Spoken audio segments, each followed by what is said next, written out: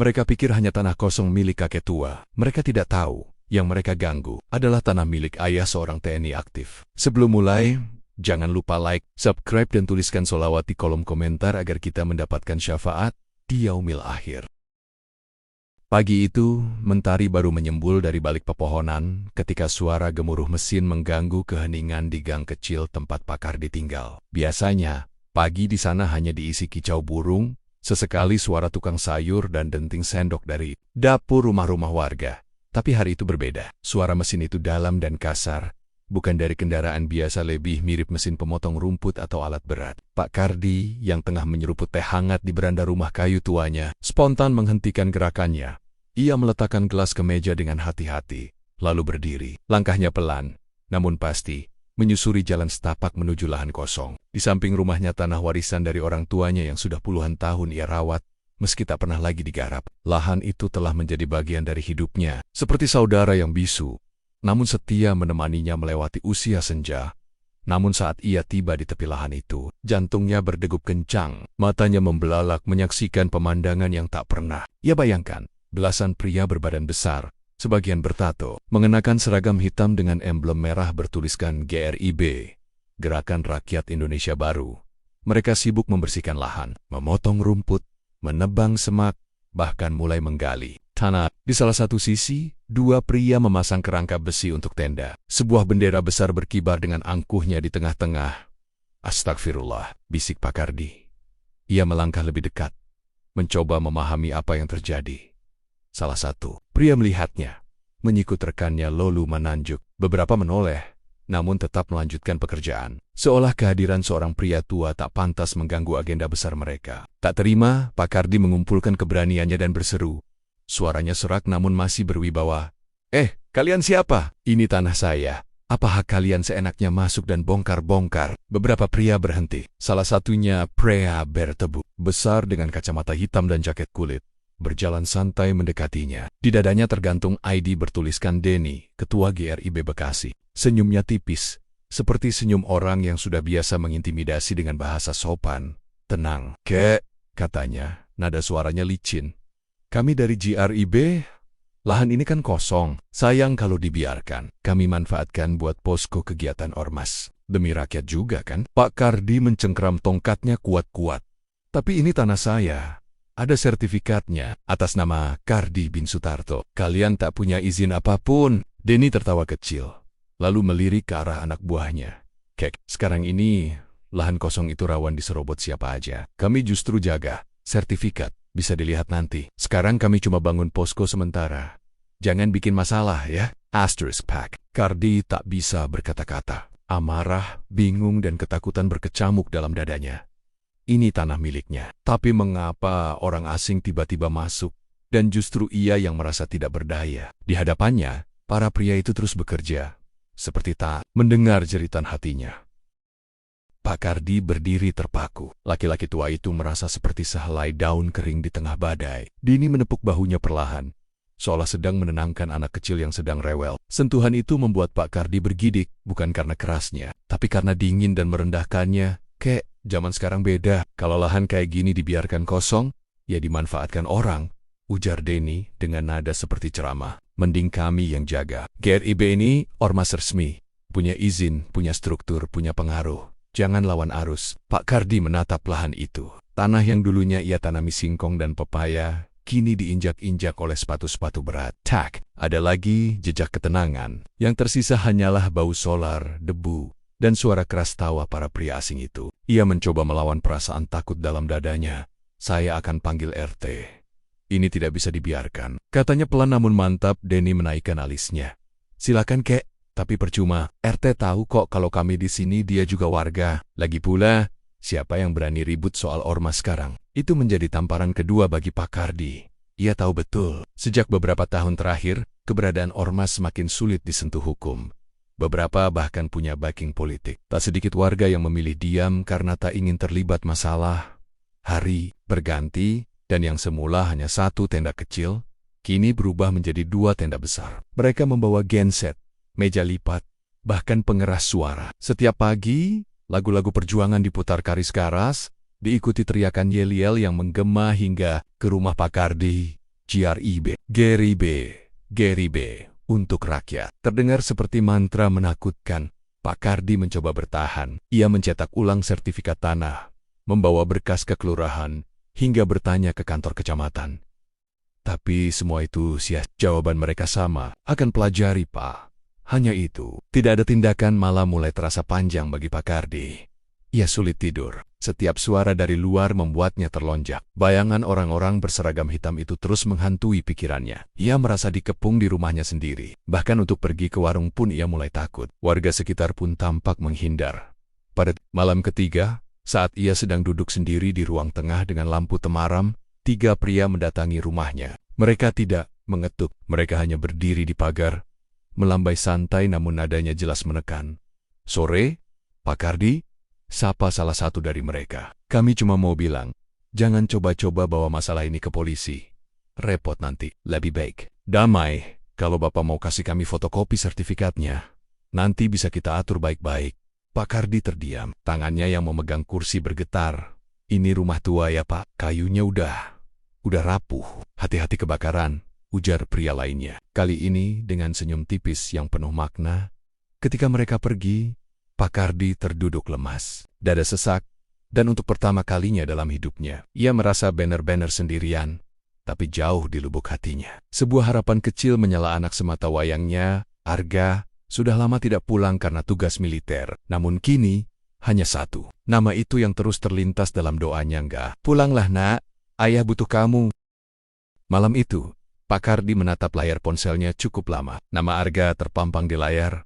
Tapi Yargerinia tak juga menekan tombol hijau, bukan karena ragu pada anaknya, tapi karena rasa malu. Sejak muda, ia selalu percaya menyelesaikan masalah sendiri, pantang bergantung pada siapa punifon anak kandungnya. Namun malam ini berbeda, bukan hanya soal tanah, tapi tentang martabat. Akhirnya, dengan napas berat, ia tekan panggilan. Terdengar sambungan diangkat, lalu suara berat, yang sangat ia kenal. "Ayah?" Pak Kardi sempat terdiam. Tenggorokannya tercekat, tapi begitu mendengar suara anaknya, semua yang ia tahan selama ini runtuh dalam satu tarikan napas yang goyah. "Gak, maaf ayah ganggu." Ayah butuh bantuanmu nak." "Ayah kenapa?" Suara Letda Arga berubah tajam, siaga seperti saat menghadapi laporan mendadak di markas tanah kita yang di samping rumah. Diduduki orang, ormas, mereka pasang tenda, bikin pos, ngaku buat rakyat, tapi maksa ayah kasih sertifikat. Ayah udah coba ke RT, kelurahan, semua. Tapi nggak ada yang bantu. Malah ada yang ngancam ayah. Ayah takut nggak? Ada jeda di seberang. "Ayah di rumah sekarang?" Suara Arga terdengar pelan, tapi setiap katanya seperti dipahat dari batu. "Iya, saya pulang. Malam ini saya naik perjalanan darat. Tunggu saya, ya. Jangan keluar rumah." Telepon terputus. Pak Kardi memeluk ponsel itu seperti penda susi. Entah kenapa, sejak ucapan terakhir anaknya, ketakutannya perlahan mencair menjadi rasa haru dan harapan. Ia tahu, Arga bukan sekadar tentara. Ia anak yang tumbuh dengan nilai disiplin, integritas, dan kesetiaan kepada keluarga. Keesokan harinya, suasana kampung mendadak berubah. Sekitar pukul 10 pagi, suara mesin jeep militer menggetarkan jalan sempit yang biasa hanya dilalui motor bebek. Warga mengintip dari balik tirai. Bahkan beberapa anggota GRIB yang berjaga mulai celingukan. Mobil berhenti tepat di depan rumah Pak Kardi. Dari dalamnya turun seorang pria tinggi tegap dengan seragam loreng lengkap. Di dadanya tersemat nama Letda Arga. Sorot matanya tajam. Ekspresinya tenang, tapi penuh tekanan. Di tangan kirinya ia membawa map coklat. Dan di tangan kanan, kehormatan seorang anak. Pak Kardi membuka pintu. Matanya berkosisyoka melihat anaknya berdiri di hadapannya. Lebih gagah dari yang ia bayangkan. "Assalamualaikum." "Ya." Pak Kardi tak mampu menjawab, selain dengan pelukan diam. Tubuh tuanya gemetar dalam dekap anak yang kini menjadi satu-satunya benteng terakhir. Tanpa banyak bicara, Arga melepas pelukan dan berjalan menuju lahan di samping rumah. Langkahnya mantap, penuh kendali, dan siap menabrak apapun yang menghalangi. "Mana ketua GRIB di sini?" tanyanya lantang saat tiba di depan posko. Para pria berbaju hitam itu terdiam, beberapa melirik satu sama lain, dan satu di antaranya buru-buru memanggil, "Denny, bang, ada tentara." Arga berdiri di tengah lahan itu, tak gentar, dikelilingi belasan pasang mata. Tapi wajahnya tak menunjukkan rasa takut sedikit pun. Justru ketenangan itulah yang membuat suasana menegang. Langit siang itu terasa mendung meski tak ada awan. sesuatu akan pecah. Dan Arga datang bukan untuk basa-basi. Ketika nama Denny disebut, suasana di posko GRIB berubah. Beberapa anggota melangkah mundur. Sebagian lain berjaga-jaga dengan sikap waspada. Tak lama kemudian, pria bertubuh besar yang sebelumnya bertemu dengan Pak Kardi muncul dari tenda, mengenakan topi ormas dan jaket kulit. Wajahnya tetap tenang, namun rautnya menunjukkan tanda-tanda tidak nyaman. Denny mendekat dengan gaya santai, seolah ingin menunjukkan bahwa ia masih memegang kendali. Wah, jadi ini anak Pak Kardi yang katanya tentara, keren juga, ucapnya. Sambil menjabat tangan Arga tanpa diminta, Arga tak membalas jabatan itu. Ia hanya menatap mata Denny dalam-dalam, tanpa senyum. Udara di antara mereka terasa berat. Saya Letnan 2 Arga Kojin 0500, ICC anak dari pemilik sah lahan ini. Anda tahu, Anda dan anggota Anda telah menduduki properti pribadi tanpa izin? Denny mendenggis, menarik tangan kembali dengan cepat. Kita ini rakyat kecil, Pak Tentara. Kuma, pakai lahan kosong buat kegiatan sosial. Nggak ada niat jelek. Justru kami menjaga lahan itu biar nggak dikuasai mafia tanah. Menjaga? Arga mengangkat map coklat di tangannya. Ia mengeluarkan fotokopi sertifikat tanah asli, foto kegiatan mereka yang diambil warga secara diam-diam, dan salinan surat pengaduan ke Koramil dan kepolisian. Ia menyodorkannya ke Denny. Anda tidak hanya menduduki lahan tanpa izin, tapi juga membangun struktur ilegal, menggunakan genset, dan mengintimidasi warga. Ini bukan penjagaan, ini pendudukan liar. Beberapa anggota GRIB mulai gelisah. Mereka berbisik pelan, saling melirik satu sama lain. Denny masih berusaha berdiri tegak. Kami nggak takut. Ini tanah kosong. Nggak ada plang kepemilikan, nggak ada pagar. Lagian siapa lo? Tentara nggak bisa urusin sipil sembarangan. Arga melangkah maju, sangat dekat dengan Denny. Suaranya tetap datar, namun setiap kata terasa seperti palu godam. Saya tidak datang sebagai penegak hukum. Saya datang sebagai anak dari orang tua yang ditindas. Tapi kalau kamu ingin urusan ini naik ke ranah militer, saya bisa acer. Ingat, saya sudah koordinasi dengan Dan Ramil dan Polsek setempat. Babinsa juga sedang dalam perjalanan. Kamu punya waktu sangat singkat untuk mundur terhormat. Anak buah Denny berbadan lebih kecil, namun terlihat ingin unjuk diri melangkah ke depan dan menunjuk Arga. Hei, jangan gaya lo. Ini bukan barak militer. Di sini yang pegang suara GRIB. Arga menoleh ke arah pria itu. Tatapannya dingin dan tegas. Satu langkah lagi, dan saya akan anggap itu ancaman fisik terhadap personel aktif TNI. Pria itu langsung membeku. Dina menahan tangannya, mengisyaratkan untuk diam. Arga, suara Pak Kardi terdengar pelan dari belakang. Ia berdiri di batas jalan, cemas tapi percaya. Denny mendesis pelan, menyadari posisi mereka mulai goyah. Namun mulutnya masih mencoba menyelamatkan. Harga diri, kita lihat saja siapa yang punya nyali lebih panjang, Pak Tentara. Ini bukan selesai cuma karena baju loreng dan surat. Arga tak menjawab. Ia hanya mengeluarkan ponsel, menelepon singkat, dan berkata, ya, silakan masuk. Dalam hitungan menit, suara motor trail dan mobil patroli masuk ke kawasan itu. Tita, Babinsa, 1 anggota intel dari Koramil, dan 2 polisi dari sektor Bekasi turun dari kendaraan. Tanpa banyak basi-basi, mereka langsung mendekati Arga dan menghampiri Denny. Mana ketua GRIB? Tanya salah satu Babinsa. Denny terdiam. Senyumnya kini menghilang. Ketegangan berubah menjadi tekanan nyata. Lahan yang tadinya menjadi simbol kuasa, mereka kini berubah menjadi ladang penghakiman. Dan Arga, berdiri di tengah semua itu, tak perlu mengangkat suara. Kebenaran telah bicara melalui tindakan. Denny akhirnya tak mampu menahan tekanan yang datang dari segala arah. Wajahnya memucat ketika salah satu Babinsa mendekat dan meminta KTP. Polisi sektor Bekasi yang datang membawa serta 1 dokumen penting laporan pengaduan warga sekitar soal intimidasi dan pemaksaan oleh ormas tersebut. Ternyata bukan hanya Pak Kardi yang merasa terancam, tapi beberapa warga lain pun mengalami tekanan serupa. Hanya saja mereka takut bicara. Hingga kini, satu persatu anggota GRIB yang semula bersikap garang mulai menurunkan nada. Ada yang melepas jaket ormasnya diam-diam, ada yang mencabut tenda dengan muka tertunduk. Bahkan yang tadi sempat mengancam Pak Kardi langsung menghilang. Dari lokasi, seperti tikus yang mencium api, Arga tidak tersenyum. Ia hanya berdiri tegar di sisi ayahnya, menyaksikan bagaimana hukum dan kehormatan masih bisa berdiri selama ada keberanian untuk melawan.